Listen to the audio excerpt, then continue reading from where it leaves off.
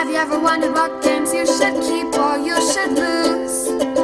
Find out here at Purge Reviews. You Are the Maniac is another horror-themed game. These horror-themed games are hard to find, and most of them are mass-market games. I'm taking a look at Camp Grizzly. I just recently got Mixtape Massacre. There's a lot of these horror-themed games, but there's not a lot of them, so when they come out, I like to scoop them up and try them out. You Are the Maniac is an okay game, not great. It has a lot of theme on it. If you're looking for theme and pictures and it's gruesome, and there's a lot of gore in this game, then that will be a positive towards you. If you like more like the horror, like ghost stories and stuff, this isn't that. This is strictly your slasher stuff. Lots of bodies, a lot of gore, etc. in this one. So the theme is what it is. I don't mind that. I like horror, so let's talk about the game itself. This is just Guillotine. They just took Guillotine, switched a couple of things. Guillotine's a very popular board game that's been out for years, and they made this game with it. And they gave Guillotine a bad rule set. And that's kind of what you get with You Are the Maniac. I'm surprised this was allowed, but I guess they tweaked enough things that this isn't Guillotine. It's just eerily similar. So I sought this game out, and I went to play it, and I was just kind of like, you know what you're doing here. There's not a lot of strategy to it. Like, you can play these mask or weapon cards, and if you have the luck of the draw to get more than one, then you're kosher, you're good. But if you only got one, really the strategy is to hold it back, because you won't be able to beat the final girl or the final one without it.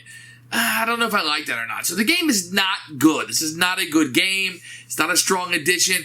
Because something like Camp Grizzly, it's not a great game either, but it's a fun game, and the theme really pulls you in, and you feel like you're doing something, and the IP and the theme kind of mix together really well. With this, not so much. With this, it really doesn't fit here.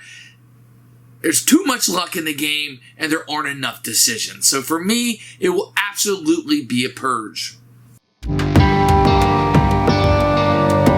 You Are the Maniac. Now this is made, it's kind of a cool box. They made it look like an old VHS tape. I used to trade those back in the day and get these old VHS tapes from rental places. Pretty cool. It's got a rule book. Now it's all made to look like it's old. It's not that old of a game, but it's made to have that kind of look. We'll take a look at this in a few minutes. The only components you're going to get in the game are cards. You can see a little divider in here. It's pretty neat.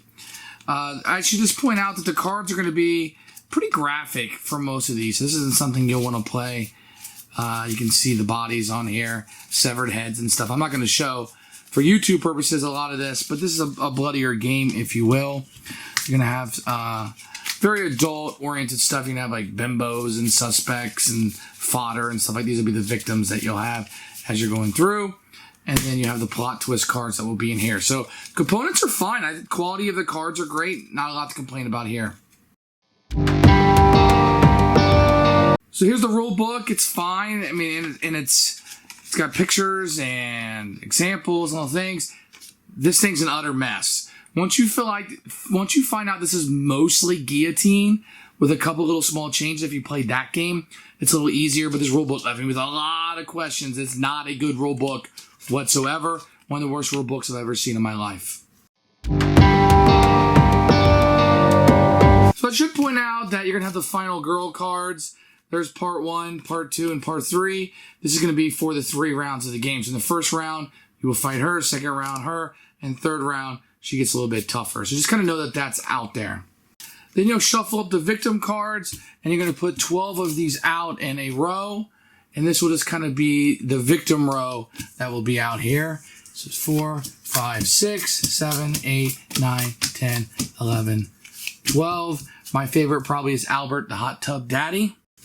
Everybody will receive 7 of these Maniac cards. These will be cards you'll be playing from your hand. And kind of know this is what's called the kill spot.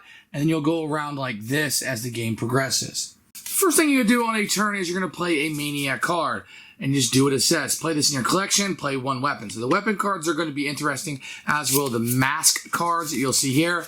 And they're going to be worth victory points if they're in your collection. Now, you will need a weapon card or a mask card in order to defeat the girl, which I'll get back to in a second. So you can just simply take this, put it down in your scoring as you'll be doing. Or you can move a suspect card to the kill spot. So this one's only worth 1 point. So maybe I'd want to play this card and get maybe Danny the Wonder Llama up there because he's worth more points or whatever. Move any victim in the group to the kill spot, excluding the final girl. Choose an opponent, look at their hand. and add one of their cards to your hand. If you draw a plot twist, play this card instantly to defeat the nemesis, etc. So basically, you just play a card and you do what it says. So we played the Suspicious Death, and I was able to move that around. So then you just grab the guy from the kill spot, whatever card is there, draw a plot twist card before you kill Danny. So then you would just do what it says. So you're going to have these plot twist cards, which will just be like events. So these were not in the game guillotine, which makes a little bit difference. If you have any mask cards in your hand, move one to the Maniac discard pile. Grab the next victim in the group and add it to this kill. So that might be a good way. And if I got that, then I would kill both these guys. Grab one fodder from an opponent's collection, add it. So I'm stealing a card from them. All players discard one Maniac card. A little bit, take that. Emily prevents a murder. Place the victim card in the survivor stack unless you play defeat a nemesis. So these will just do different event things as the game goes.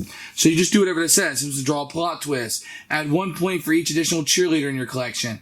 Add 3 points if you also have Leo the hipster in your collection. So that's what happened there. Now the next optional thing I can do is I could play a weapon or a mask. This would be the third thing. I would play this. Keep in mind these just score me points. They'd be added to my collection, my scoring area if you will. But you will need one of these in order to defeat the final girl. In a moment I'll show you how that works. So you might want to hold one of these masks. But maybe I'll play a mask because I have a weapon already. And if I had multiple weapons, I definitely would want to play one of these in the game. Just know that there are cards that take that could steal cards randomly from your hand. Then you take all the people you killed. You know, I killed the person in the kill spot. I got the mask I have. This would go into my scoring. I'm putting it here just so you can see. And then all the cards would move down. And this card right now would be in the kill zone. And you're going to kill 12 cards in a round, which is a movie.